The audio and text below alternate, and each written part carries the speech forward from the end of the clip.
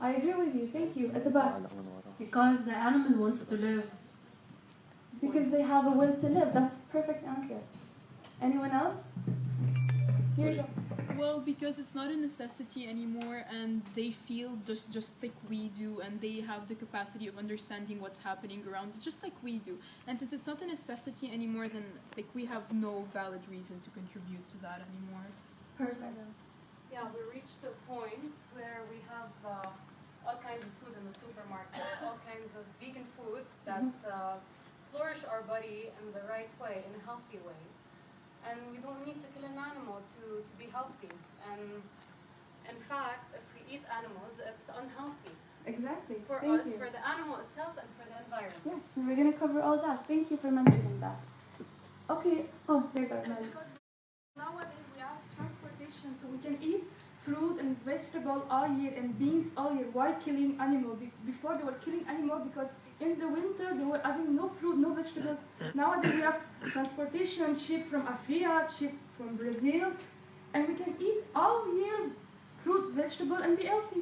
Right. So why we need this? We don't need this anymore. Exactly. We have the alternatives. Did you have an answer? All right. Great. So, yeah, one more.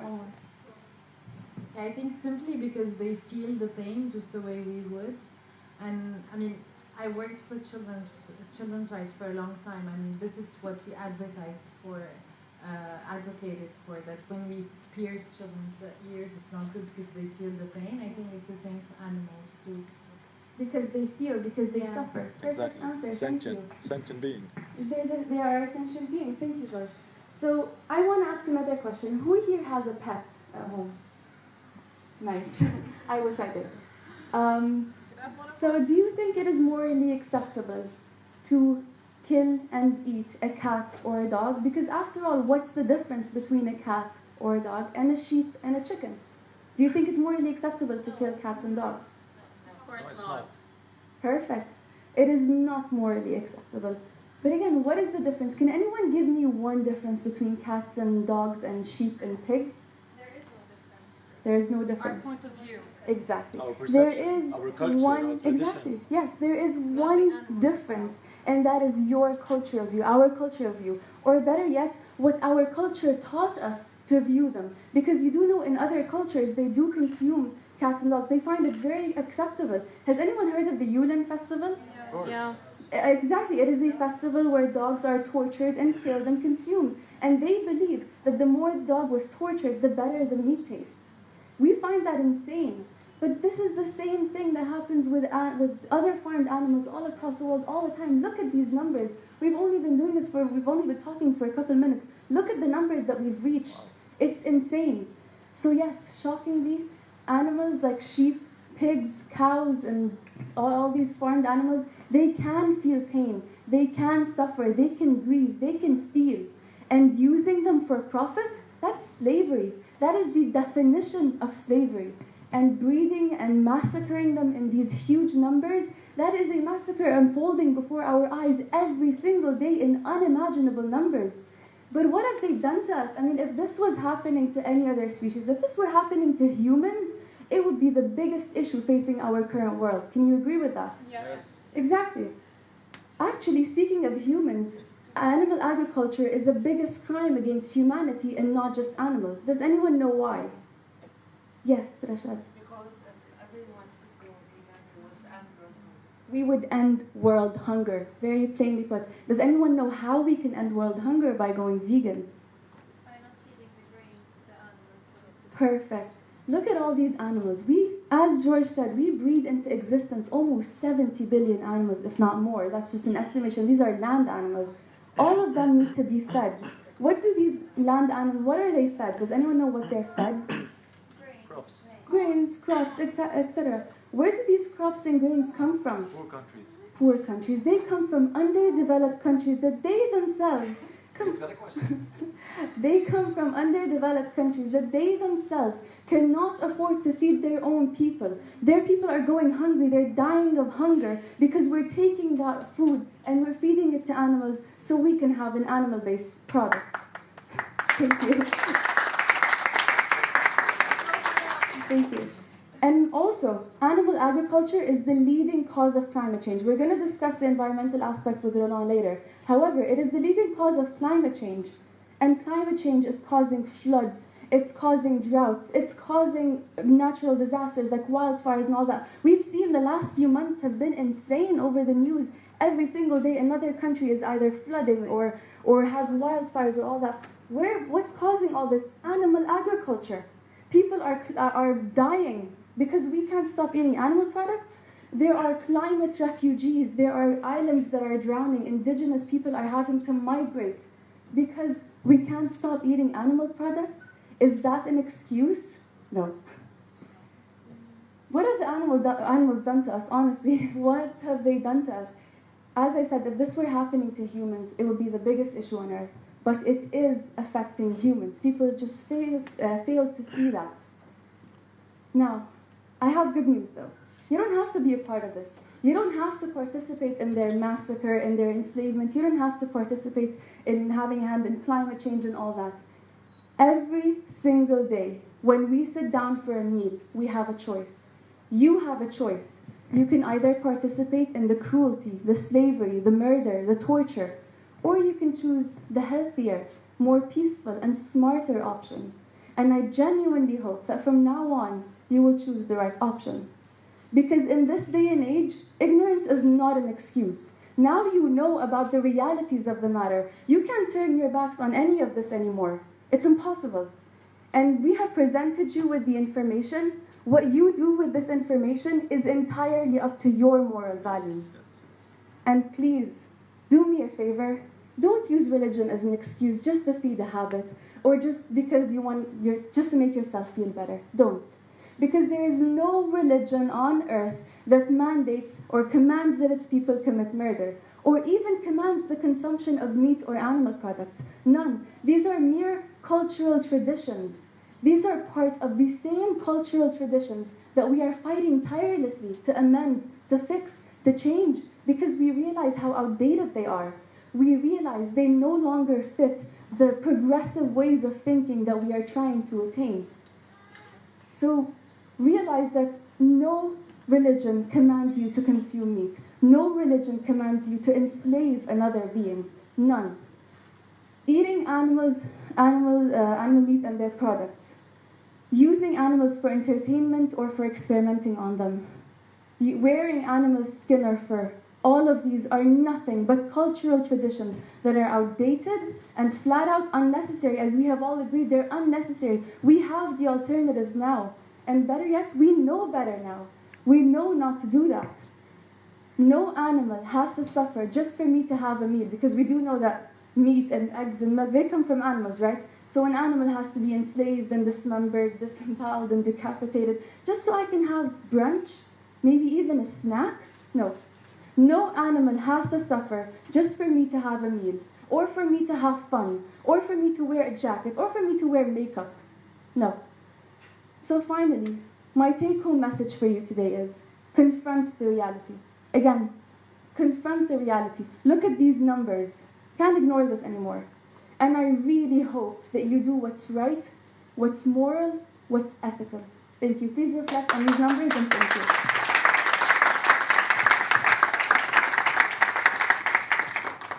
Yes. Henrich, I have a question. Go ahead. Wait. What would you...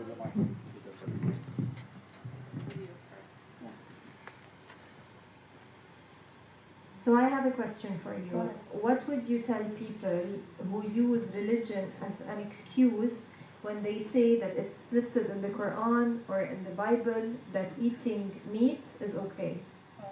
Thank you for bringing this up. In a lot of scripture, eating meat or animal products is allowed. However, it is never commanded. However, in most religions, there are 3 commandments that are very, very specific. Take care of your body, take care of the environment, and do not harm others. And by consuming animals and animal products nowadays, we are defying all 3 commandments. We are harming the environment, we are harming other beings, and we are harming ourselves. So it goes against religion to consume these stuff. Yes, Donna. Why Yes, sure. Okay, so she asked me to explain in Arabic the idea of the halal. هلا قصة الحلال إنه الحلال يعني مسموح فقط، هذا نفس الشيء اللي قلته هلا بالإنجلش، إنه قصة حلال معناتها مسموح فقط، مش يعني فرض. However في عنا أشياء ثلاثة هن فرض وموجودين بالقرآن. فرض إن نحن نهتم بجسمنا لأنه جسمنا لله هو أمانة عنا عند الله. ثاني شيء هو إن نحن نهتم بالأرض ومكتوبة حرفيا عمارة الأرض، ما فينا نعمل أي شيء يأذي الأرض. وثالث شغله ان احنا ممنوع نعمل شيء يأذي شخص ثاني، والشخص الثاني مش انه يعني انسان، يعني اي شيء ثاني ما فينا نعمل شيء يأذي هالشيء الشخص الثاني. فهلا نحن بعالمنا هلا بعصرنا اذا اكلنا لحمه ومنتجات الحيوانات كلها عم نأذي جسمنا، هلا حنحكي عن الصحه، وعم نأذي الارض وعم نأذي الحيوانات، فكيف نحن بدنا يعني نتجاهل هالثلاث اشياء اللي كثير مهمين وكثير موجودين very clearly يعني بالقرآن، ونقول ان نحن مسموح ناكل. ونحن اذا بدنا نتبع اي سيره نبويه كل الانبياء بس كانوا ياكلوا المنتجات الحيوانيه وقت الحاجه. نحن هلا بطل في حاجه ابدا. Okay, I would like you if you can explain why is vegetarian not enough? I mean, we got to get asked the same question every now and then. You don't want to eat meat, okay, because you don't want to kill the animal, we do understand. But what about eating cheese or eggs or drinking milk? Are we killing the animal or what? Can you give us the ethical aspect of veganism towards vegetarian? Yes, very valid question. Thank you for bringing it up.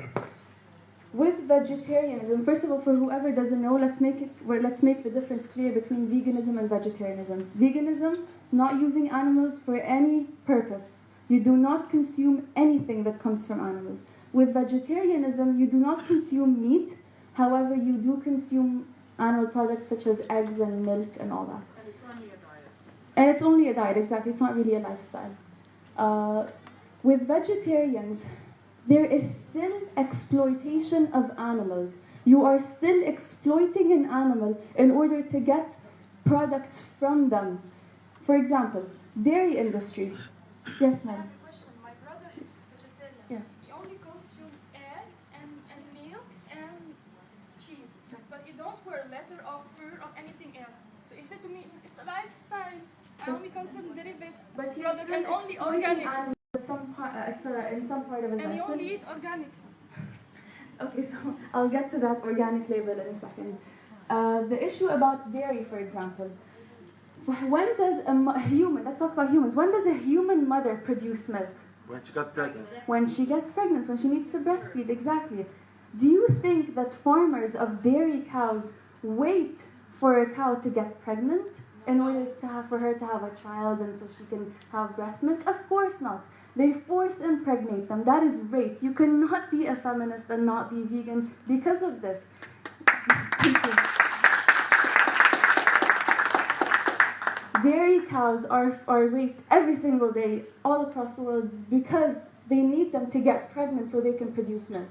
And now, 9 months later, she has birthed her child. What do you think happens? If they leave that cow to that cow is going to drink the milk. But no, we want that milk to come to us. We need to make cheese out of it. We need to make butter. So what do?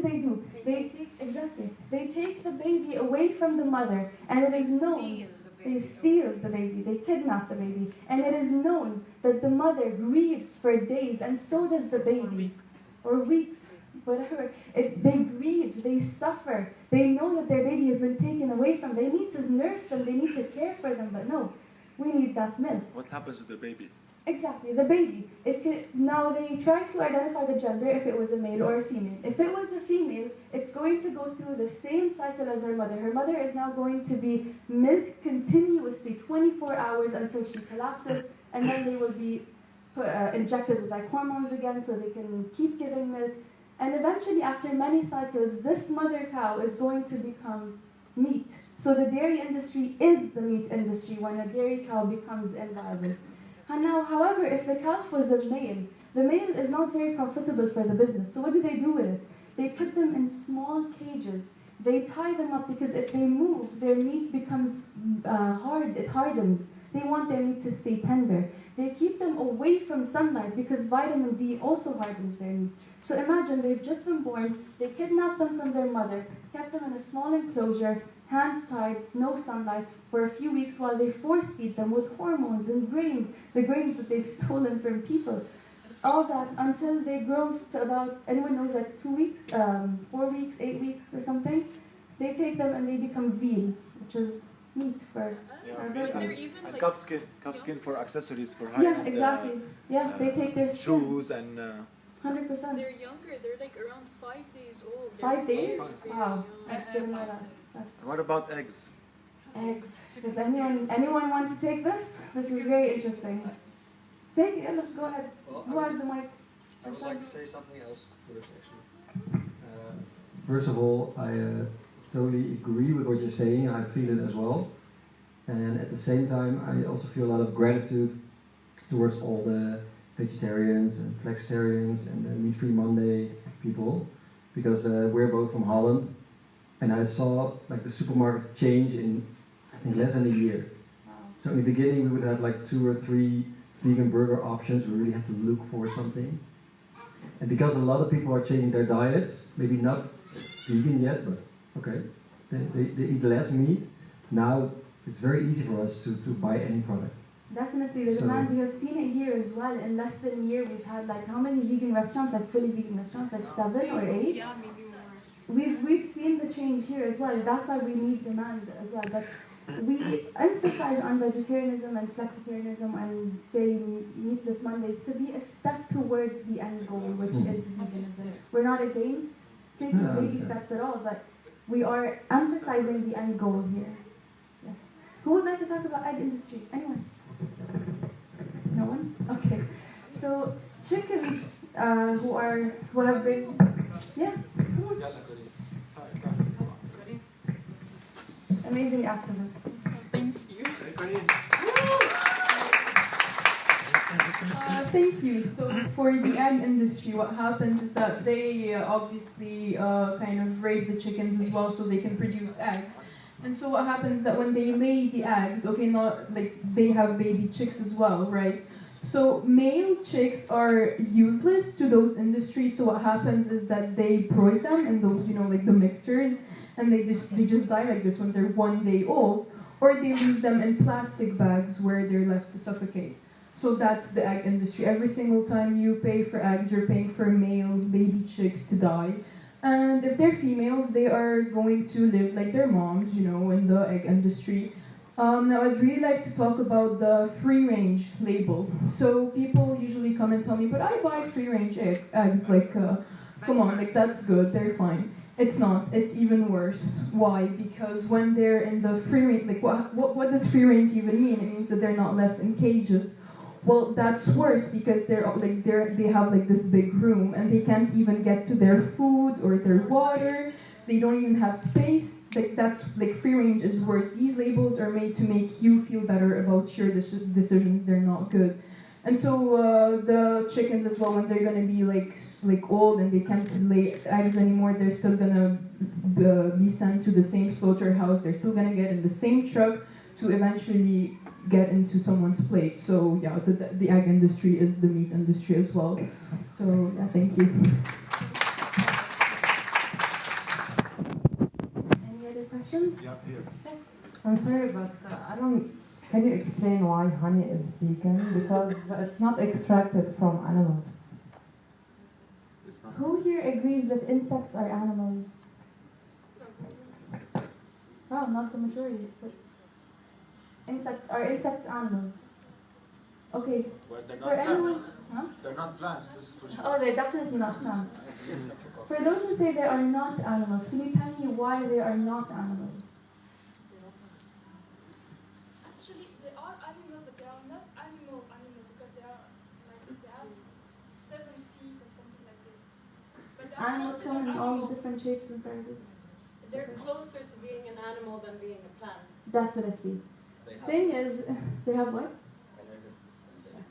Thing is, why do bees produce honey? Does anyone know why they produce honey? It's their own food. They need, exactly. They need it to survive through the winter. However, when we mass produce them, do you know what happens to them every winter after they've produced all this honey? They are died. They don't just die a natural death. They are killed. They are murdered by the numbers because it's more profitable for the business to just kill them off before the season and then get new ones next season, breed new ones next season, rather than try to keep them alive through the season. And also, this industry is very cruel to the queen bee. They cut their wings because they don't want them to travel around because they create one. As far as I know, they take the queen bee, they're artificially inseminated. A male and they inseminate it to become a female. Exactly. Oh, I didn't know that. Oh my god. But what I do know is that they take the male bees and they smash their heads, trying to get semen out of them. And maybe every 15 bees to get one with like usable semen. So every 15 bees they kill every 15 bees they use one. They artificially inseminate the queen bee who has had her wings cut. They keep them in the hive, and by the way, they've been feeding them sugar and water, sugar solutions. The honey right now is not the honey that everyone thinks we're eating that is healthy. So it's basically sugar, and it's made in bees' stomach, and it's just bee vomit. Honestly. Yes. All right. So any other thing? All right, thank you all for listening. I hope I didn't bore you. And now, for someone who came all the way from Germany just to be with us here today, everyone give a round of welcome for Sebastian. He's more fun again. Thank you so much. Sorry.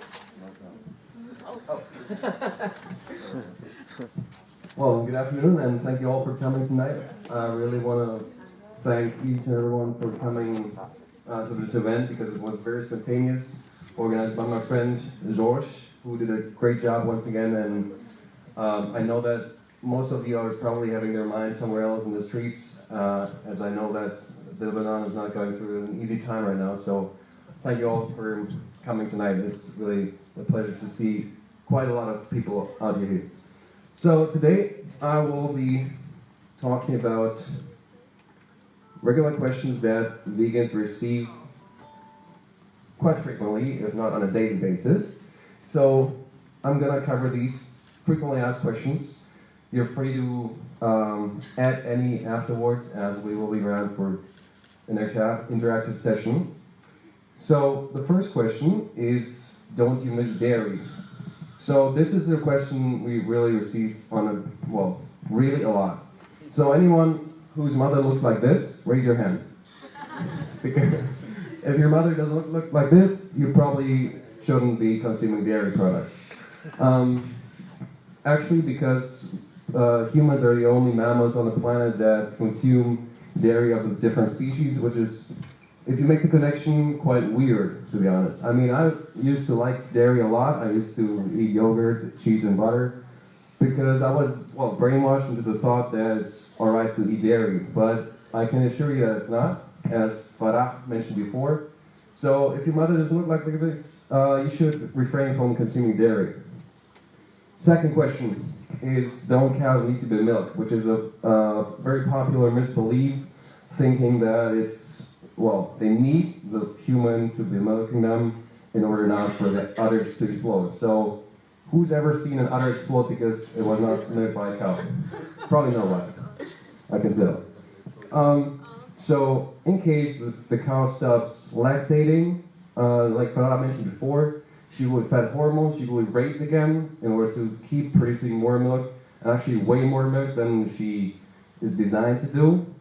You see for women here, and you probably know that after these women give birth to a child, it will be nourished for, 9 months? I'm not sure, to be honest.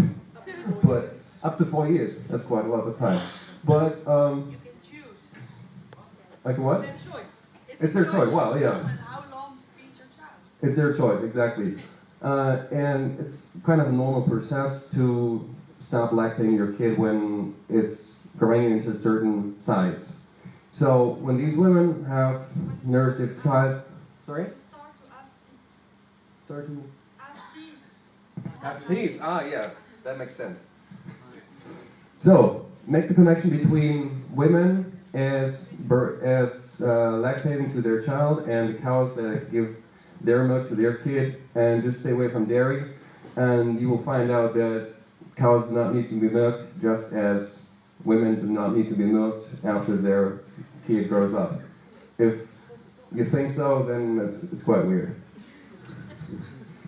So, do you eat chicken or fish? Someone said that insects are technically not animals, and many people think that chicken or fish do not count as animals. And when they say, I don't eat meat, but I eat chicken or fish, they probably, I don't know if you can see it, but it's fish in a tree. And if anyone ever saw a fish in a tree, let me know. I'm curious to find out about this kind of tree. But this is what the actual tree would look like. It has apples, it has no feelings, no nervous system to feel the pain that fish actually feel.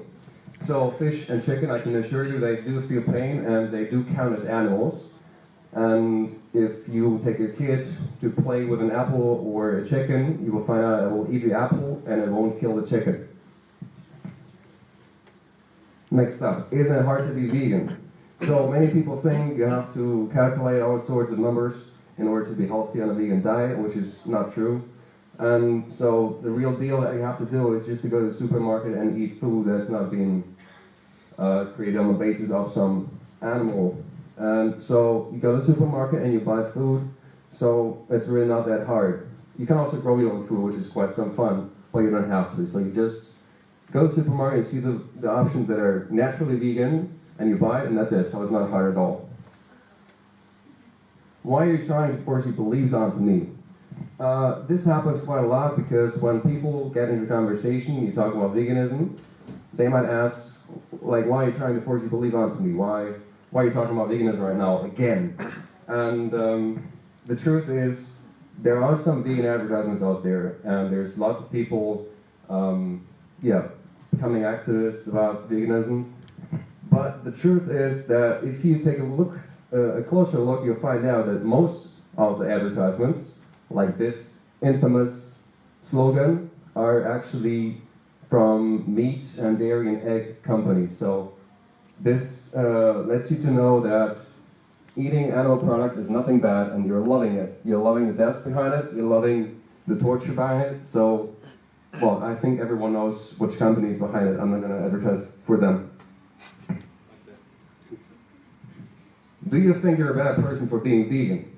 So this also happens to many vegans, that when they get into a discussion or conversation with someone, they would think or assume that you feel superior for being vegan. So I made this small graphic, which is 0 to 100, and let me tell you, there is no perfect. There is no perfect vegan, and there's not the need to compare to other vegans. And so, thank you. So for 0, you would have to someone that eats meat and dairy and produce uncontrolled waste and just not take care of resources at all. On the right side, you have someone that's probably not really common to have someone live in a forest without electricity and eat dead leaves that's not leaving any sort of human civilized trace. Yes, sir. Well, it means that you're using something that is somehow ruining the planet, because electricity at some point creates environmental destruction. So my point is that you don't have to live in the woods to become a better person. Because if you go vegan, you're probably, if you're not vegan, you're probably somewhere here, and you can do a minor thing by just cutting animal produce from your plate, and you jump somewhere here. You don't have to be here. You don't have to live in the forest without electricity. Because I think at the end of the day, we are civilized people, and we like a little bit of comfort. And I don't think it's debatable that you have to be like living like a caveman. Isn't it natural to eat meat? So many people always make a comparison to what we used to be like thousands of years ago. And well, if you think this is a normal picture, if this is what your daily activity is like, to bite some cow into your head, or to bite some chicken, I would be happy to see that because it might be interesting. But it shows you that the the relation between eating meat and the source of where it comes from is quite abstract right now. Yes. I get asked a lot this question, and I don't always know how to answer it. Because animals eat each other, so why can't we eat them? It's linked to the natural thing. I don't always know how to answer it. Well, at the end of the day, it's all about more choices, because what differentiates us humans from animals is that we have a moral sense and a sense for ethics. Some people have it more, some people have it less, but you could argue that animals don't have this, or usually don't have this, this choice to make. And I think that, well, if someone is fine with killing another human being, it's quite weird and it should be not glorified. But animals, well, they can't really reflect on their actions, except for maybe a few seconds. If a dog does something, you slap it, you know that's something wrong. But animals really, well, what differentiates us from the animals is the moral sense. That's my take on that one. Anyone else have can I add to your answer as well? Yes, you can. Please. Thank you for your question. Quite interesting question. Actually, this is what we hear a lot, that animals eat each other in the wild. First of all, not all animals eat each other. Like more than 80% of all wild animals are herbivores. The minority are carnivores. So why should we compare ourselves to lion? If a lion is a carnivore and eats meat and eats other animals as well, the lion also do some immoral things as well. I will not be citing them now, what lions can do as well in the morning. But actually we won't have to compare ourselves to the 20% animals in the wild that are eating each other. And then we are not designed as of constitution to eat meat. So if we want to compare ourselves to anyone, it will surely not be a lion. It will be something similar to herbivores. For the very simple reason, we just have to dissect a human and dissect a lion and a herbivore. We just have to compare the digestive system in order to know that we are not designed to eat meat. So for human, it is not natural to eat meat. That's it. I want to add one more thing. The fact that a lion, when he wants to eat, when he's hungry, he just attacks his prey and he eats it right away. He doesn't keep it in the fridge and eat from it for a month. But humans, what do? They breed those animals. They put thousands of animals in the slaughterhouses and the cages, and then they use them. So if you want to compare each other, a human and an animal, how they're eating those animals, it's very different. I'm saying that the animal, he just eats the animal at the moment itself. But yeah, but we're doing it constantly all the time. No animal does that. They have their instinct and they use it. But if we're gonna eat like the animals, it's not possible because it's not our thing. It's not human nature. Yeah. We would not slaughter. Like if I bring a cow right now, or a chicken, or a pig, nobody would slaughter it. You would just cuddle with it, caress it, and have fun with the animal, not killing it. Yeah. Just last point regarding this thing is that the animals that we eat, do they eat other animals? Okay, thank you. You want to add something? Simply. Like there were a scandal, many restaurant people eating meat not cooked, and people become sick when they eat meat not cooked, not going in the oven. So we are not made to eat meat not cooked. If you eat chicken not cooked, you will go to the hospital. If you eat beef not cooked, you will go to the hospital. Also fish. If this is not fresh, we will go to the hospital. We put spice, we cook them for hours so there is no blood inside. So we don't become sick. If we eat it like this, we become sick. And we still become sick on the long term.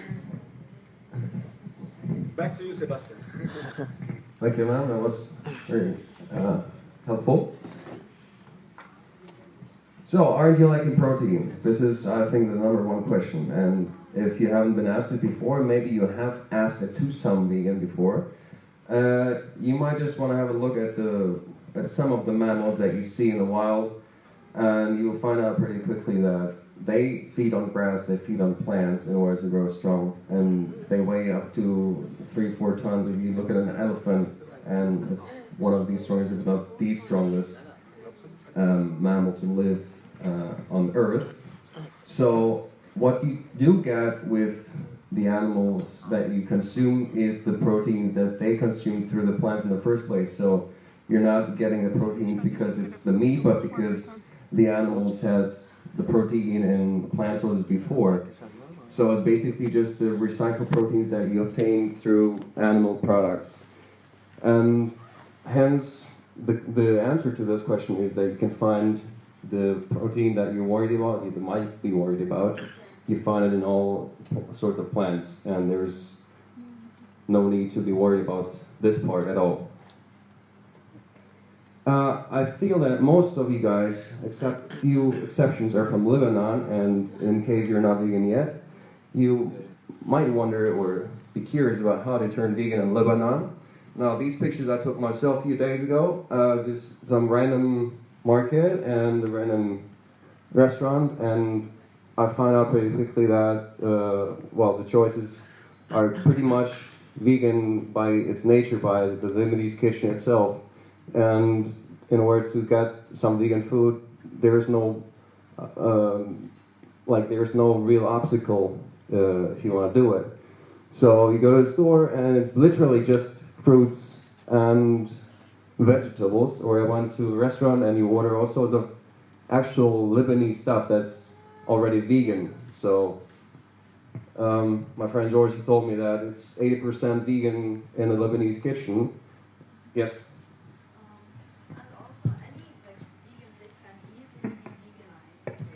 Any vegan plate can, as a Lebanese food kind of thing, can easily be veganized. Like for example, my mom, she used to nearly 50 how do I say it in English, طبخات إنه الطبخ meals, like rice. She just puts it without meat. It's so easy to veganize anything.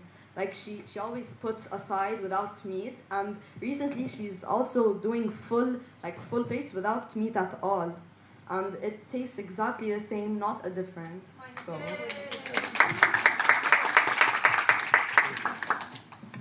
Thanks so much. Exactly.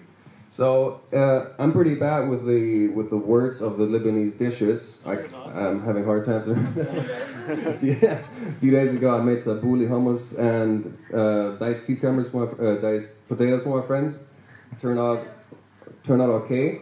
But in case you want to veganize your food, I think all my Lebanese vegan friends here, they'll be glad to help you out on veganizing things that you might not have been, well, that were not vegan before. Anyway, so, what will you miss as a vegan? Which is also hinting back to the first question, are you not missing anything? And the things that you miss as being a vegan, I've been vegan for 6 years now, so it wasn't always like that. But things that you miss on a vegan diet are pretty much obvious when you make the connection, when you look at the actual source of non-animal food. And if you can't read it, I will read it for you, which is cruelty. You will miss out on work down for participating in the actual, or some Jews don't like the term, but it's an actual Holocaust that's happening. You heard it before, 7 billion animals being killed every year. I think it's fair to title this as a Holocaust. Well, you won't be participating in the kidnapping of cow babies. You won't be participating in the funding of rape of cows. And you will, well, for many or some people, that's the health is their issue. They're not concerned about the animals, but you will be less affected by possible health threats. Since we're in a hospital, Dr. Samira, she's going to be covering this after my presentation, through Roland's, I think. So what will we gain back as a vegan? This is my last slide, and I put back in parentheses because we were all born vegan and we were just forced by society to start eating animal products. at least most of us, including myself. And so once you start digging into the vegan subject, there's a few amazing things that you will find out you can connect to again, which is empathy, because you find out that all the farm animals are actual sentient beings. You find out that chicken and cows and sheep, they're all really cute and they're really affectionate with not only their own breed, but also with other species. You will improve your conscience because, well, you will not be, or you will reduce the impact on nature. So you will be sleeping with a better conscience, I can assure you that. And, like I mentioned before, your health will probably be improved. If it's not good already, well, you might be lucky to be healthy as a meat eater. But you might improve your health even if you have some problems, some issues, you know, might improve on that, or you will be canceling out the possibility for a high risk of certain diseases. And well, this is basically my favorite part, you make new friends.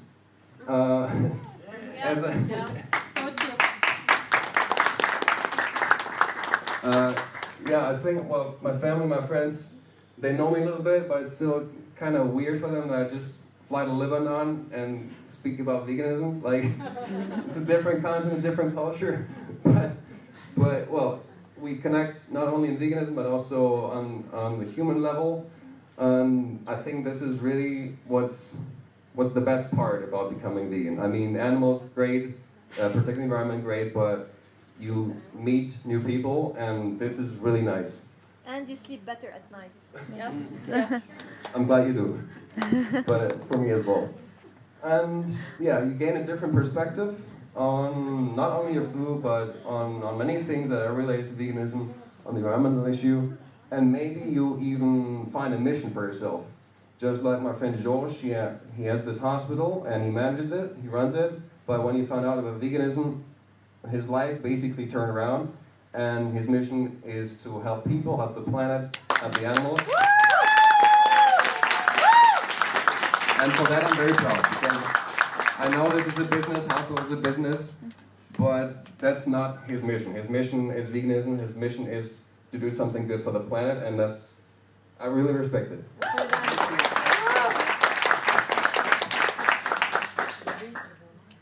So yeah, thanks for your attention. Thanks so much for having me. That's it.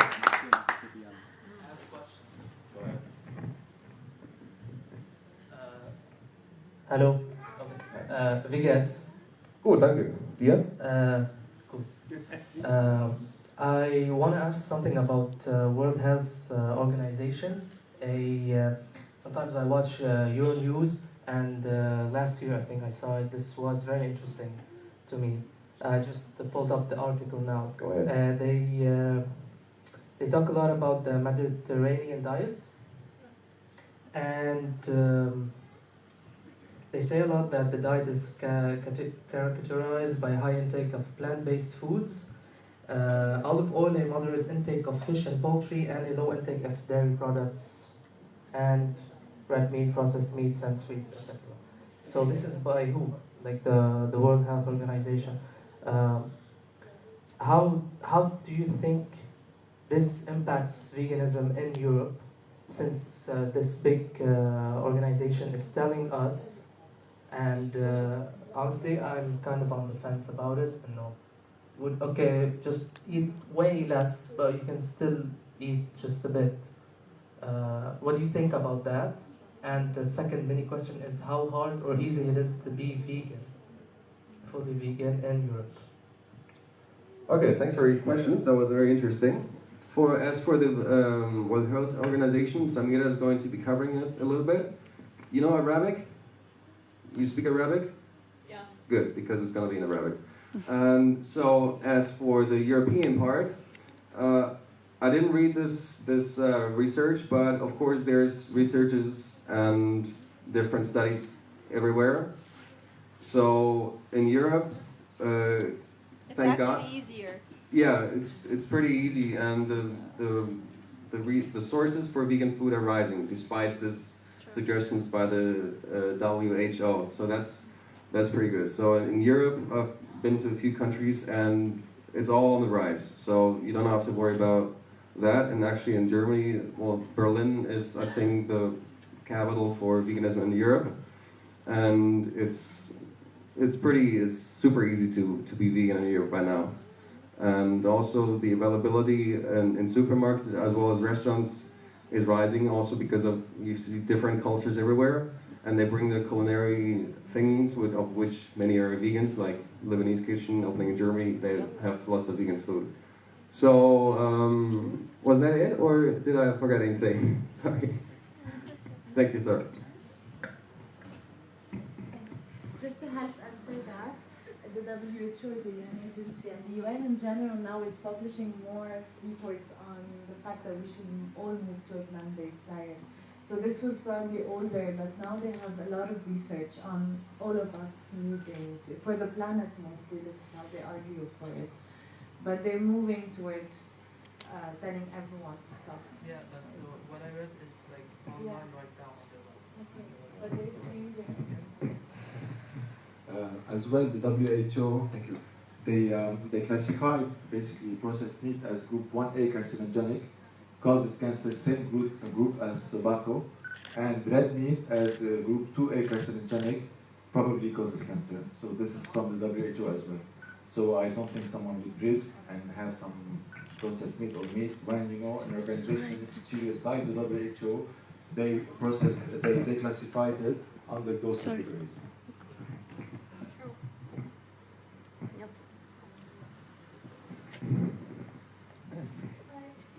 I have a question concerning the gym and is it possible for a vegan to go on a bulking diet?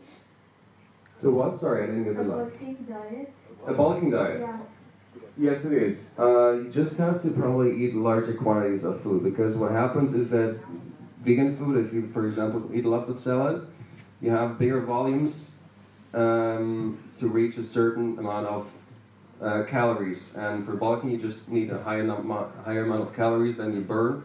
And as a vegan, you might find it a little more difficult to accumulate this density of calories, because the sheer volume of the food, depending on what your diet is harder to reach. And also vegans generally digest way better than non-vegans.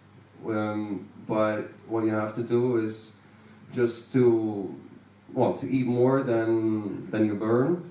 And with a vegan diet, depends on what you eat. I eat a lot of salads, so it's pretty hard for me to to get this volume in order to get the calories I need in order to bulk. But if you want to gain some mass, I recommend to liquefy some food and chug it down, and you'll be good to go. Thank you. My pleasure. There's also a YouTuber, he's called Brian Turner. You can check him out. He's vegan. There's a YouTuber called Brian Turner. He has a channel on YouTube. You can also check him out on Instagram. He's basically vegan and he's on this bulking diet, so he gives a lot of advice, so you can check that out. There's a question. Lady in the back.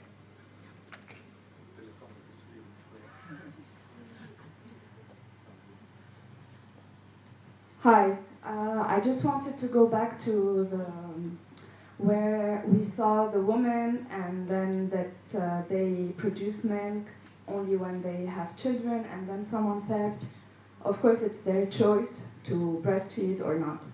I'm absolutely with this idea, I agree, but then it's also the choice of the cow to decide if she wants to give milk to human or not.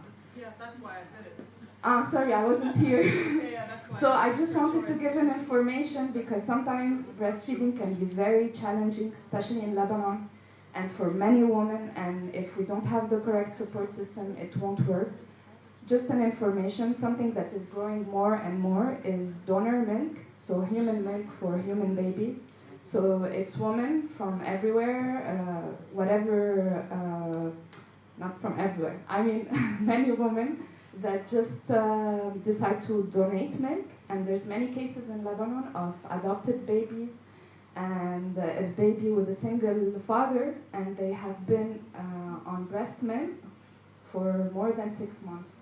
So this is possible if there is a will as well. That's very interesting and good. Thank you. Hello. I was checking an article the other day.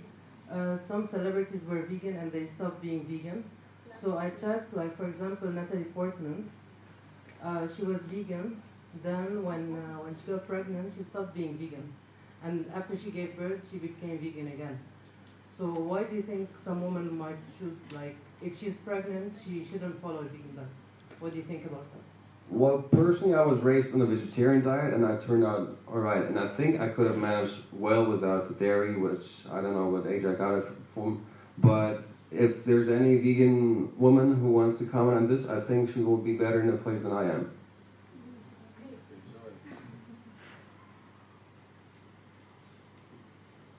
Hi again. About Natalie Portman, I think I read that she was cheating on some things that have milk inside, but she didn't eat meat. Something. I think this is what I read because I was interested in this as well. So I was vegan before getting pregnant, and during my pregnancy, and something I'm not proud of, but just to be very honest, I ate some things that had milk inside and eggs, and I think this is what Natalie Portman did, but not for health reasons, just lack of tawahum. So sorry about this. But just to be honest, it was a few times, and I think this is what happened with Natalie Portman as well. You can talk and about veganism is okay during pregnancy. You can say you can. Oh yeah, Samir will cover that.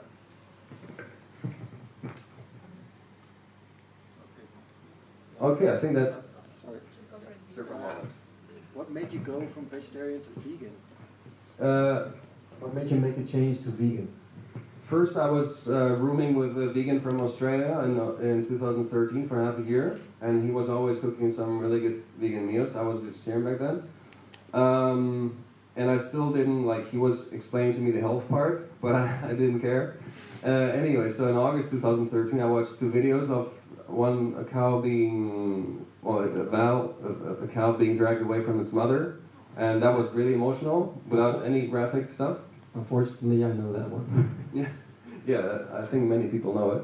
And then another short clip of basically farmers abusing cows with tools, which was really awful to watch. So basically just those 2 videos that made me drop the milk products. And eggs, I cut out a few months before that, just because I made the connection to what actually was on the plate. Like, I remember the situation because I made an omelet myself, and I looked at it and they're like, well, this is quite disgusting actually to have this up. So I just threw it away and yeah, that's the story behind me going vegan. Okay. Perfect, thanks. Okay, so thanks all again for listening to me and for coming. Pleasure to be part of this event.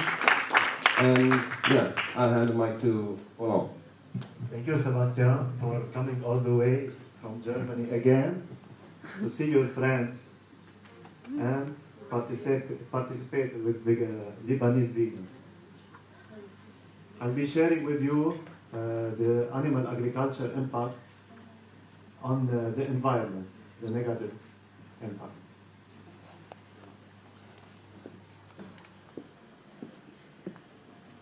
Thank you for coming.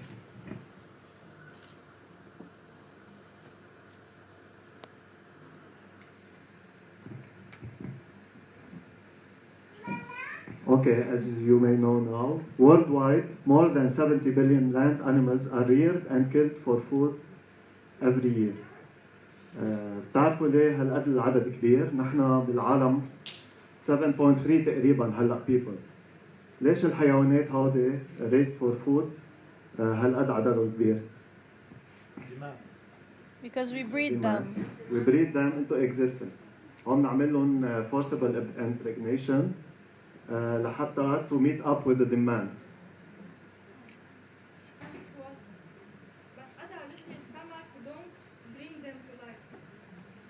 Yes, we do in farm. In commercial farms, we do breed them. But in the sea. In the sea, because it is a trend as we see them as seafood, and we just fishing to meet up the demand, because it is a trend, an old trend, and it is very destructive. You know why now. Anywhere between 37 and 120 billion fish are killed on commercial farms each year, with another 2.7 trillion caught and killed in the wild, without even mentioning the number of the bycatch and unintentional marine animals killed and dropped dead back to the ocean. So, what is the impact, the real impact of animal agriculture? Animals raised for dairy, meat, and egg require a significant amount of natural resources such as the grain, oil, fossil fuels, water, and land use, and has an important role in global greenhouse gas emissions. We're going to start with the land use. 91% of Amazon land deforested already is used for livestock pasture, according to the Food and Agriculture Organization report. Rainforests are cut down and large pasture areas are converted into cropland for the cultivation of soy, because the grain has energy to feed these animals. Not only is this a catastrophe for global biodiversity and climate protection, it also negatively impacts soil fertility due to the large monocultures of these crops. Grazing land and cropland dedicated to the production of feed, all of them representing almost 80% of all agricultural land in the world. Livestock systems, grazing and feed crops, cover almost half of the Earth's ice-free total land in the world. 1/3 of the planet is desertified, soil degraded, with livestock as the leading driver because of the overgrazing of the cattle and deforestation caused by animal agriculture, of course. Animal agriculture is the leading cause of species extinction in this case, and habitat destruction. Species are dying out of a rhythm 1,000 faster than the natural rate. We have entered the 6th mass extinction of life on Earth, causing a biological extermination of wildlife. This is so sad. Worldwide, at least 50% of grain is fed to livestock. In order to create 1 kilogram of steak, a cow needs to eat up to 25 kilograms of grain. And 15,000 liters of water are needed to produce 1 kilogram in beef. As well, 3,700 liters of water are required to produce only 1 gallon of milk. And this is contrary to popular belief. 80% of all the soybeans grown worldwide are fed to livestock because it is complete protein, and it will be feeding the animals, and they will be grown very fast. The calories that are lost by feeding cereals to animals instead of using them directly as a human food could theoretically feed an extra 3.5 billion people. We only have 7 billion people.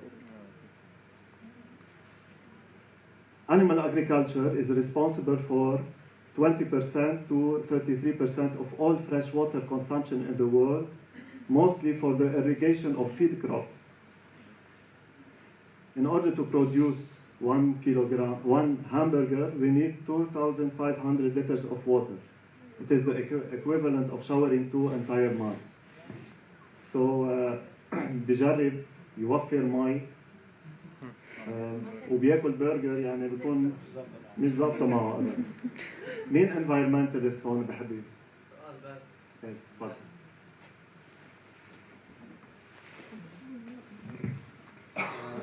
إذا خففنا أكل برجرز بصير في مي أكثر بالبلد، لأنه هلا صرنا مقطوعة شي شهرين. لا عن جد سؤال. إيه أكيد لأنه to raise these animals they require a lot of fresh water and natural resources. So أكيد رح هيدا الشيء يكون عندنا مي لنا زيادة.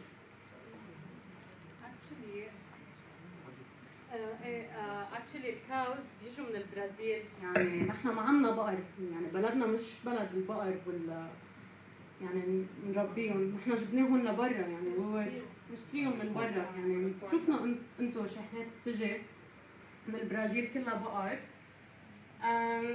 بتشوفون بيقطعوا بالتراكس على الهاي واي. هول عم بيبعتون تيحطون بالفارمز والسلوتر هاوس بدنا ناكلهم.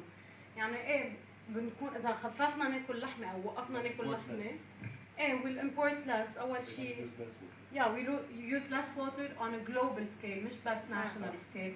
يعني انت you're contributing to a bigger thing مش بس شيء ببلدك. في مريم رح يصير في أزمة بالعالم بالمي، رح يقولوا الحرب الجديدة هلا رح تكون على الووتر.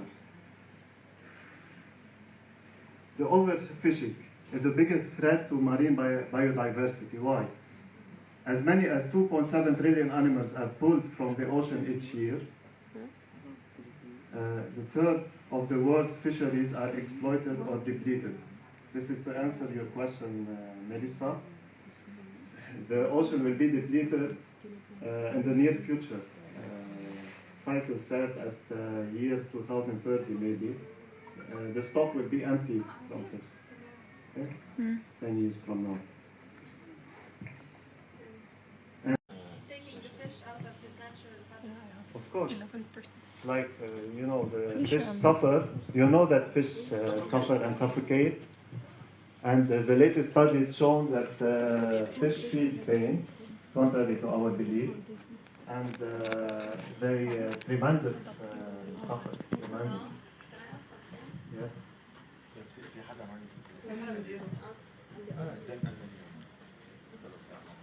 Yeah, go ahead. Go ahead. So this part is about sustainability. That's why I wanted to react to. I don't know who was talking before about the fishing. So actually, if like your father, your uncle is fishing by himself sometimes, and you eat that fish once a week, actually this is not a problem for sustainability. So for veganism it is. And of course one of the reasons we become vegan is also for sustainability. But if somebody would fish, the ocean would have enough room to produce new fishes. So then for sustainability issues, we should not have to stop eating fish. So the main problem is very big fishing boats. But for veganism, of course. wrong. For the ethical reason, I totally agree with you. And I just wanted to pinpoint the difference between the two. Yes, because I the main understand. problem Like is in Alaska, let's say they fish responsibly. They say this is with sustainability. Yeah. But ethically, it is wrong. Totally agree. They don't have to. It's a tradition right there. Totally agree. But I don't agree. Can I just like I actually don't agree that for sustainability just fishing by myself is not, because first of all when I'm eating fish at restaurants and such, I am creating a demand that's going to fund these fishing industries.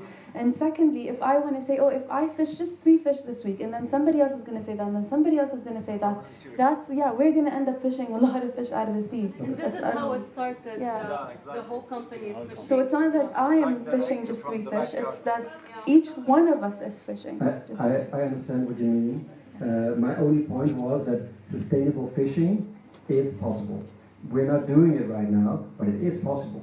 As long as you don't overfish. So Yeah, the problem is overfishing. So again, on the environment. I'm vegan. I know. I don't eat fish, but sustainable fishing is possible. Okay. Yes, of course, I agree with you. Me neither. We can talk about it later. Alright.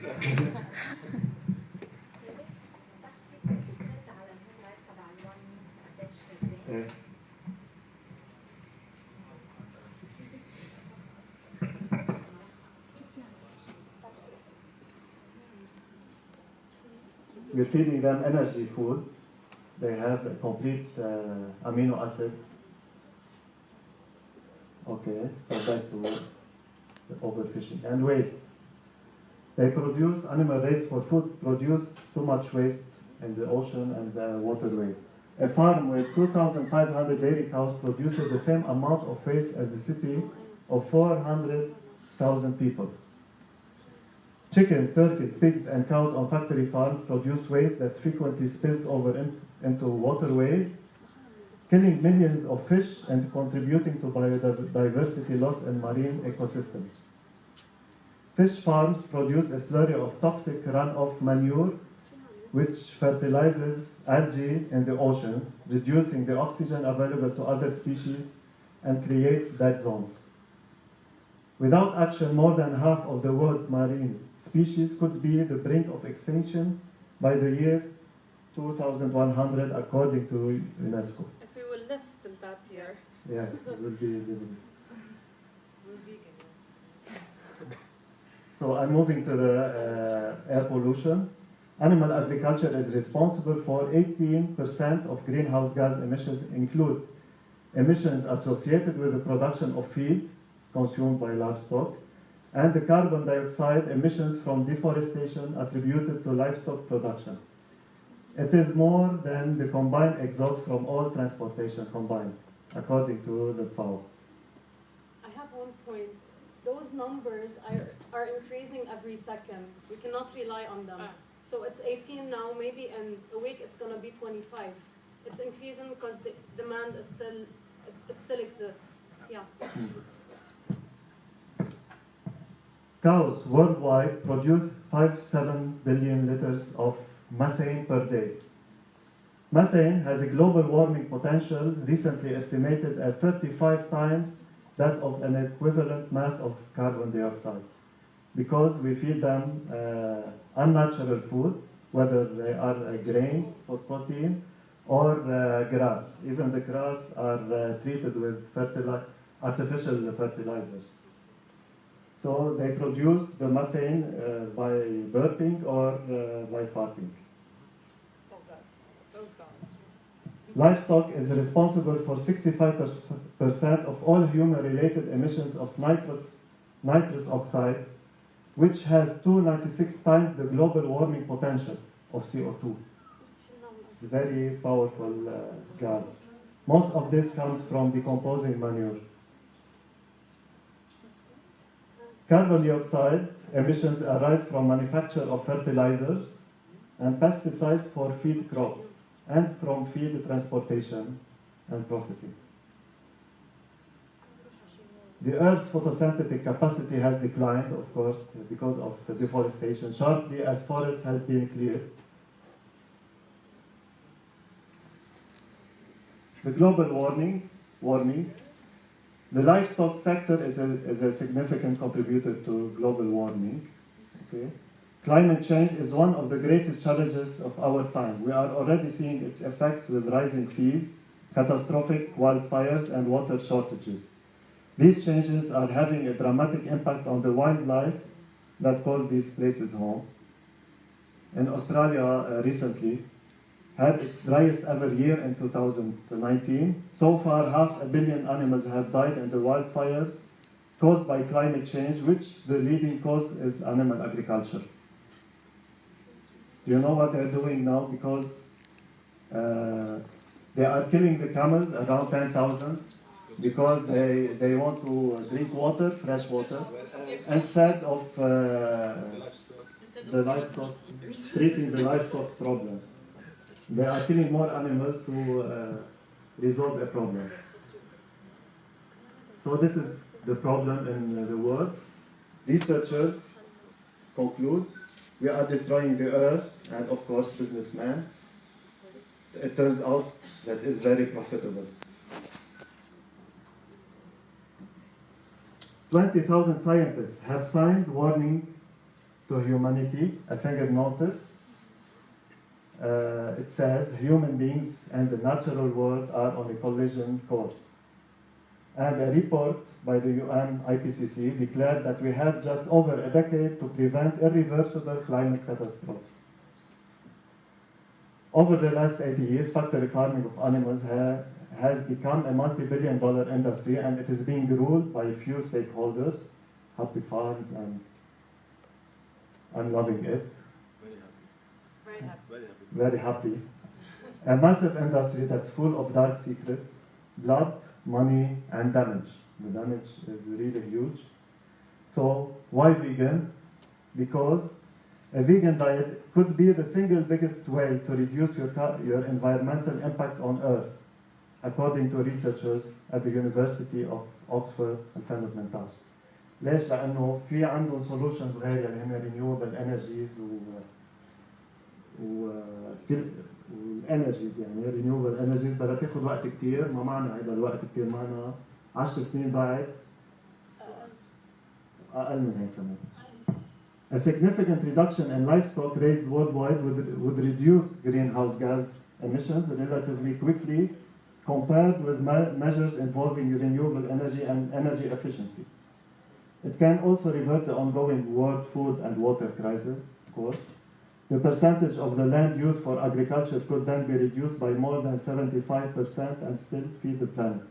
We'll not need more lands as today to feed the population. A person who follows a vegan diet produces the equivalent of 50% less carbon dioxide, a way less oil, a way less of water, and of course way less of land compared to a meat lover for their food.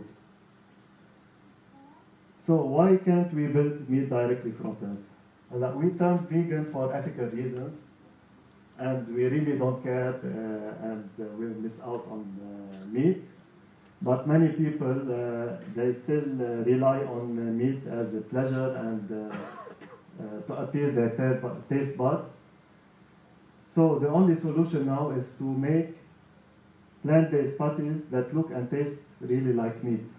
And it is happening. This company, the Beyond Meat, too many people are investing in these companies, and it is way more sustainable. They use 90% less water, 93% less land, 90% fewer greenhouse gas emissions, and 40% less energy.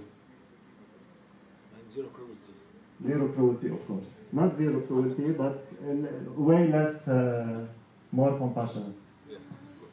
Beyond Meat, this company, received the United Nations Champion of the Earth recognition for creating a sustainable alternative to beef. Compared with power and transportation projects, analog projects can be implemented quickly, and these projects will be implemented quickly, of course. Another option might be the lab-grown meat and might compete with analogs in cost and taste, as well as health and environmental effect. Have you heard of the lab-grown meat? Yes. Okay. In New York, they open restaurants for human meat. Human meat? Where? In New York. Oh.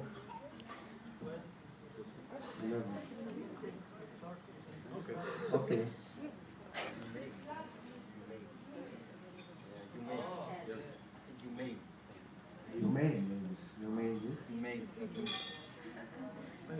Anyway, most meat in 2040 will not come from dead animals, the good news, according to a report by the global consultancy. So, if you really want to see a change in the world, you have to be the change. That's the golden rule. Thank you very much. So, any question about the environment impact? Okay, we move with Samira, covering the health issue. Yes?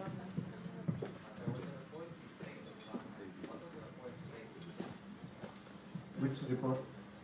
This one? Yeah, this one that you were talking about. It's a prediction. Prediction by science. So it's not 100% sure that this might happen in 2040. No, it's a prediction by scientists. The industries will switch to plant-based alternatives. According to the trend. According to the trend, it is growing fast.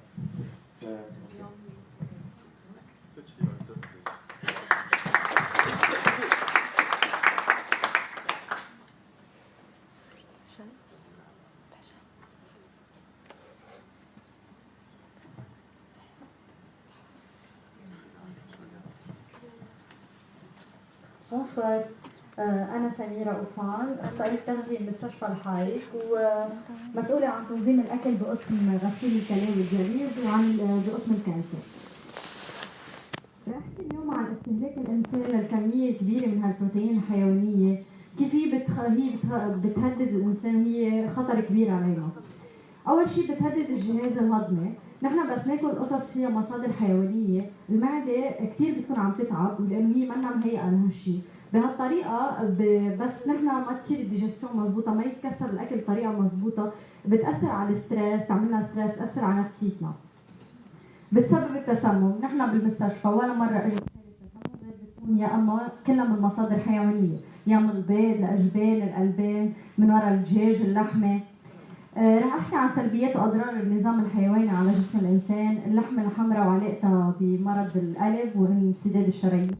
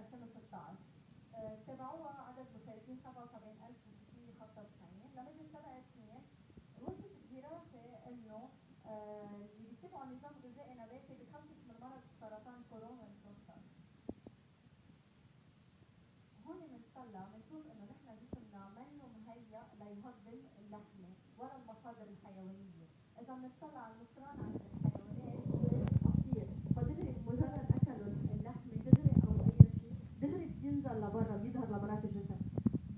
بس نحن بس ناكل هدول القصص جسمنا ما بيهضمها كلها، بضل في عنا رواسب بقلب المصران، هدول الرواسب مع الوقت بيعفنوا، بس يعفنوا بصير في عنا الكونسير، كرمال هيك كولون كانسر هو له علاقة كثير كبيرة وصارت نسبته 80% للعالم، فكرمال هيك لازم نوقف هدول المصادر الحيوانية اللي هو جسمنا منه مهيأ أصلا إنه يهضمها أو يكسرها لتظهر برا جسمنا.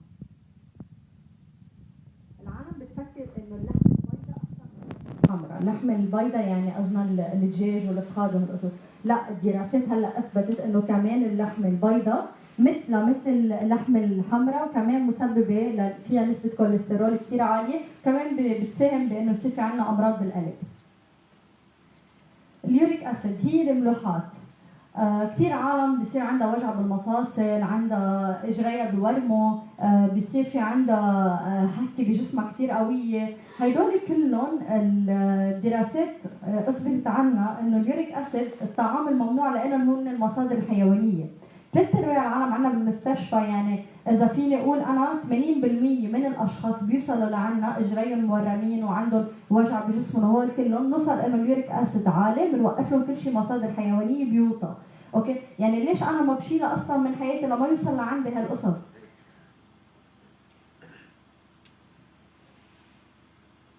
هون ليه الفيجيتيريان ما بينتقل بصير فيجن؟ حدا بيعرف؟ تشيز 100%. اوكي صح 100%. نحن بس ناخذ الجبنه ناكلها، البروتين اللي بقلبها هو الكازيين بيتحول لكازومورفين بجسمنا، هيدا الكازومورفين بيروح بيقعد على الريسبتور تبع المورفين، يعني هو عم بيحل محل المورفين، نحن بنصير كانه عم ناكل، عم نقدمن على الجبنه، عم ناكل بلا وعي، بس ناكل تشيز اند واين او بس ناكل بيتزا، بصير ناكل بطريقه كثير كبيره. نعم.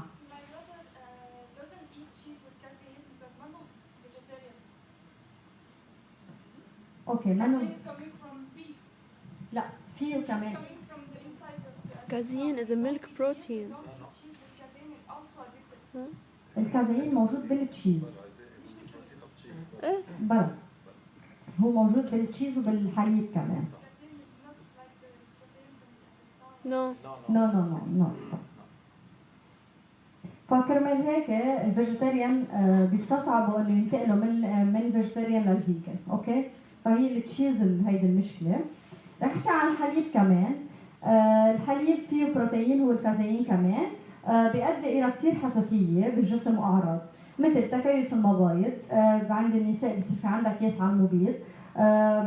هون بدي اذكر كمان انه العالم كثير بتخاف من حليب الصويا او من الصويا او اي شيء، هن ما فيهم استروجين، هن فيهم فيتو استروجين، اوكي؟ فبدنا نشيل هيدي الفكره تما تضلها براسنا، فينا ناكل عادي كل شيء حليب الصويا اللي هو فيه نسبه اوكي اوكي هن الحليب الصويا فيه نفس كميه الكالسيوم اللي موجوده بحليب البقر العادي، اوكي؟ هلا رح احكي عن دراسه عملوها كمان عن بلد كثير بيشرب حليب وبذات الوقت عنده ترقع بالعظام، اوكي؟ عملوا هيدي الدراسه لفتره طويله من الوقت، بين معهم انه نحن لما نشرب حليب، الحليب هو اسيد، بس يفوت على الجسم بصير اسيد، الدم بصير البي اتش تبعوله اسيد، تتصير البي اتش نوتر نحن بحاجه لالكالين، بصير الدم بيسحب الكالسيوم من العظام ليظبط البي اتش تبع الجسم، وبهالطريقه نحن عم نخسر كالسيوم اكثر ما عم نفوت، اوكي؟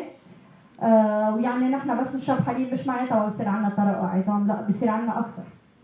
حب الشباب، جيوب الانفيه، الحليب كثير بيسبب بلغم، هلا عم نشوفها عم نلاحظها كثير مع الاولاد الصغار، كثير عم بيصيبهم بلغم، عم ضلهم قربين، عم بيصيبهم مثل ضيق تنفس، هول بدنا ننتبه لهم كثير.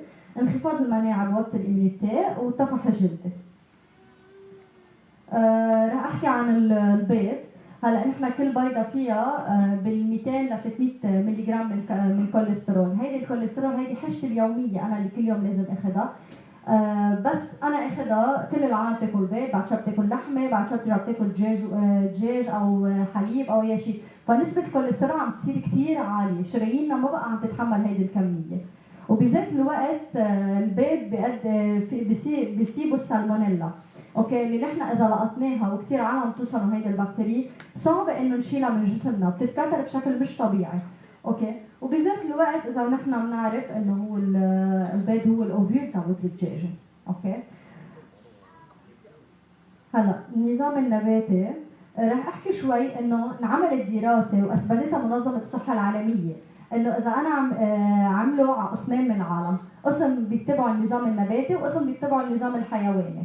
بعد 3 اشهر رجعوا عملوا فحص فحوصات دم، تبين مخزون السكري للي بيتبعوا نظام غذائي نباتي وطي بشكل كثير كبير. فنحن اثبتت منظمه الصحه العالميه انه اللي بيتبعوا نظام نباتي ضد هن بيساعدوا انه يوطى عندهم السكري، وحتى فينا شوي نشيله. يعني انا فيني اذا انا بعرف بيجي حدا لعندي عنده سكري، فيني خليه يتبع نظام نباتي لوقت معين وفيه يروح السكري منه ويوقف دواء. اوكي، وهيدي كثير عم نشوفها وعم بتصير معنا. ديتوكس، ولا مره بنروح عند اخصائيه التغذيه اذا بنقول لها بدنا نعمل ديتوكس. يعني هي بدها تشيل لنا كل شيء سموم من الجسم، ولا مره انا او غيري من اخصائيه التغذيه تعمل نظام غذائي ديتوكس بتنظف له جسمه غير ما بتعطيه نظام غذائي نباتي بتشيله كل المصادر الحيوانيه. لما انا عم شيل المصادر الحيوانيه يعني انا عم شيل السموم. اوكي، هلا هون رح اعمل مقارنه بين النظام النباتي والنظام الحيواني. اوكي، النظام النباتي هو ما فيه كوليسترول، لانه نحن الكوليسترول بس بيجينا من برا كوليسترول يعني مش منيح. اوكي، اللي هو LDL. النظام النباتي ما فيه كوليسترول، فيه بروتين، فيه كالسيوم، فيه اوميجا 3، فيه حديد. في حدا سأل انه بحالة الحمل انه انا ما فيني اتبع نظام غذائي نباتي او كون فيجن؟ لا ابدا، فيني اذا انا بتبع نظام نباتي فيني اخذ البروتين، فيني اخذ الكالسيوم، فيني اخذ الاوميجا 3، فيني اخذ الفيتامينز. يعني انا ما بقى ناقصني شيء، فماني بحاجه انه غير نظام اكلي. فيه النظام النباتي فيه فيتامينات ومعادن، فيه الياف للكونستيبيشن لكل العالم عنا اياها. بيعطينا السعاده والنشاط. نحن بس يكون عم ناكل خضره والياف وفواكه وبقوليات، هول كلهم بيكون المعده عم بتهضم بطريقه مرتاحه، وبس تكون المعده مرتاحه راسنا بيكون مرتاح وما في عنا ستريس، بنكون مرتاحين نفسيتنا. اوكي، النظام الحيواني فيه كوليسترول، فيه تريجليسيريد، فيه كمان بروتين، كالسيوم، اوميجا 3 وحديد، بس فيه كمان سرطان كولون وبروستات، فيه تصلب الشرايين، فيه سكري من نوع ثاني، وكمان بيعطينا الاكتئاب والارهاق مثل ما ذكرت. هلا بنفكر اذا نحن اعتمدنا نظام نباتي الاهالي بفكروا اولادهم بفكروا رح يصير عندنا فقر دم. لا ابدا، في كثير مصادر نباتيه فيها حديد وبنقدر يكون جسمنا فيه حاجته الكامله، مثل موجوده بالخضره الغنيه بالحديد مثل السلق، السبانخ، الهندبه، الارضشوكه، مثل الفواكه المجففه، المكسرات مثل الفستق، الكاجو، البذور كثير مهمه فيها كثير اوميجا 3، البينات باتر، السمسم، منتوجات الصويا، حليب الصويا والحبوب الصويا. في كمان نستفيد من الاطعمه المدعمه مثل كورن فليكس، المعكرونه والرز. بس في شغله فينا نزيد لهم لجسمنا يمتصهم بطريقه اسرع. اوكي، لانه في عالم بتقول لك انه المصادر الحيوانيه جسمها بيمتصها اكثر، لا نحن النباتيه فينا بذات الوقت يمتصها جسمنا بنسبه كبيره، بس بنزيد لها فيتامين سي. يعني كيف نحن بناكل ملوخيه مع حامض، سبانخ بحامض، هول هن اوكي، الليمون الحامض، الكيوي، الفريز. مضادات الاكسده، اذا بنسمع الانتي اوكسيدون شو هن؟ هول مثل الجيش بجسمنا، هن اللي بيحاربوا. يعني اذا اجتني فيروس، اذا فات على جسمي بكتيري، اي شيء بفوت من برا هن بيظهروا ليحاربوا بجسمي. هن موجودين بالخضره لونها اخضر غامق، موجودين بالفواكه، بالاوميجا 3 مثل البذور، بالثوم، زيت الزيتون، المكسرات والكاكاو. فمعناتها هول كلهم مصادر نباتيه، معناتها انا فيني اقوي جسمي واعطيه القوه من وراء مصادر نباتيه، ولا شيء موجود فيها مصادر حيوانيه. مثل ما بيقول هيبوكرات، ضع طعامك يكون هو دواءك وضع دواءك هو طعامك. ثانك يو. Thank you, Samira. So our last speaker for tonight will be Jamie from Anonymous for the Voiceless. Woo! She's going to give us an idea about the importance about outreaching and spreading the word, actually. Thank you. Yes, queen. Okay, so basically I'm here to talk about the difference between, a very important difference between being vegan and being a vegan activist. Okay, And to illustrate, I'm going to start with a little thing that Earthling Edge says, a little story, question rather.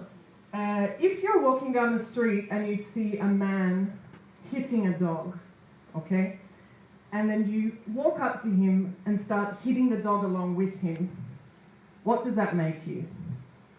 For the purposes of this analogy, it makes you an omnivore, okay?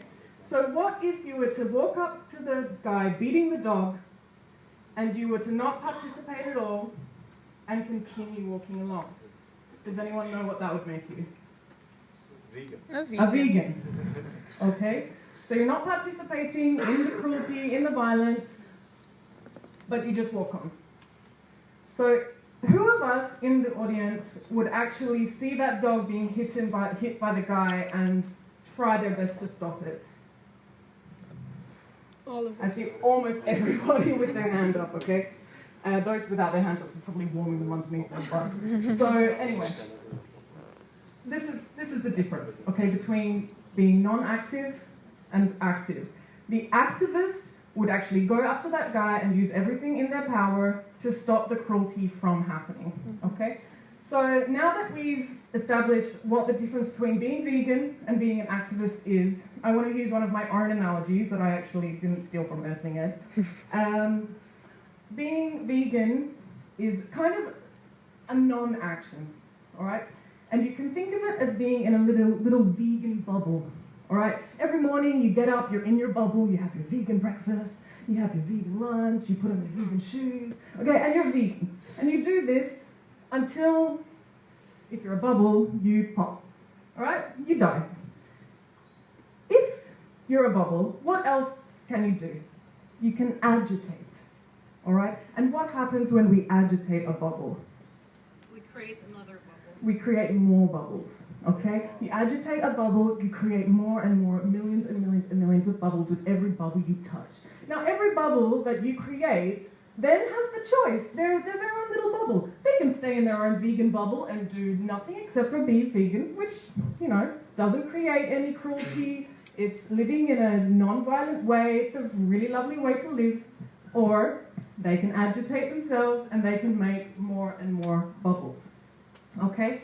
So why do we want to be active? Why do we want so many bubbles in the world? Does anyone know? For justice. Yep, this is the end result. We want a vegan world, right? Yeah, we want a vegan world. And why do we want that to happen with so many, many people? Reduce suffering. To reduce the suffering. But why can't we all just be vegan as we are and let the trend happen? It will take more time. It will take more time, okay? So it takes way more time if you just stay in your bubble and be vegan and, you know, passively influence other people as if you were actually going to go out there and be active. So there are a lot of different ways to be active. You don't have to stand up here like me or any of the other speakers. You don't have to be Earthling Ed. You don't have to have any kind of level of minimum intelligence required. And you don't have to have any special skills, okay? If you Google ways to be vegan, a vegan activist, you can come up with a lot of blogs and things with like in between 3 and 20 ways that you can be a vegan activist. Some of them are posting on social media. You can share a story that you saw, a news article. You can share a blog. You can write your own blog. You can go on YouTube and be a YouTuber. You can stand up and give speeches like this. You can recommend a documentary. Something that every single person who is vegan in this room can do is know their story. Why did you go vegan? Think about your story, condense it into one sentence, or maybe a build-on sentence after that. And when people ask, so why aren't you eating the milk or the meat or the fish, instead of saying, oh, because I'm vegan, because you may as well just say I'm plant-based, all right? This is a non-active stance. You can say, well, actually, since I watched the documentary Earthlings, I decided that I'd stand up against animal injustice. And which one of those options is going to make the guy think, whoa, you know, maybe I should go watch Earthlings or change the way I eat or consume products. So the other way that we can be active I mean, there are hundreds of ways. You know, you can open a vegan bakery. You can prepare food and let other people taste. Prepare food and let other people taste it. This is one of my favorite ways. And there's also street activism. As you know, I'm from Anonymous for the Voiceless. We started in November 2018 in Lebanon. AV is a global organization, and we focus on showing high quality footage of the way that animals are used in daily practices for mainly animal agriculture, but also for other industries. And we pair that with talking to people. So when someone comes up to us and says, "What are you doing?" we have just a normal conversation with the person and expose the truths and let them come to a vegan conclusion. All right? Now, you may have heard in the news, like, veganism is on the rise, like 600, 700%, blah, blah, blah. And you may wonder where those figures come from.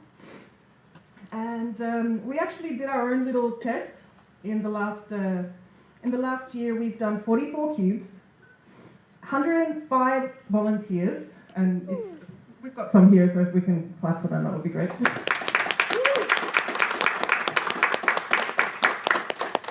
And between those 105 volunteers, we have had 693 successful conversations.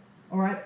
That means, and now we don't count every conversation we have, we really qualify those conversations, where the person is going to go home, watch a documentary, his next meal is going to be vegan, and that's 600, more than almost 700 people who are really going to take veganism seriously. 600, almost 700 from 100 volunteers. That's almost 700% increase. So whether you want to join us, which would be great, we're going to have a sign-up sheet. You can speak to me, Rami, or Corinne. We're on the street every Sunday. You can really, really agitate some bubbles, make a difference. Or if you're interested in any other kind of activism whatsoever, just remember that being in your little bubble, you can stay there and eventually you'll pop. But isn't it better to make, more bubbles and get the ball rolling and save some animals? Thank you. Wow, amazing. Yeah. Okay. So, if any one of you guys have any question to raise, or we can free and go everyone to the food court and enjoy some delicious food. Any question? Okay. We're all hungry. We're all hungry. Go vegan.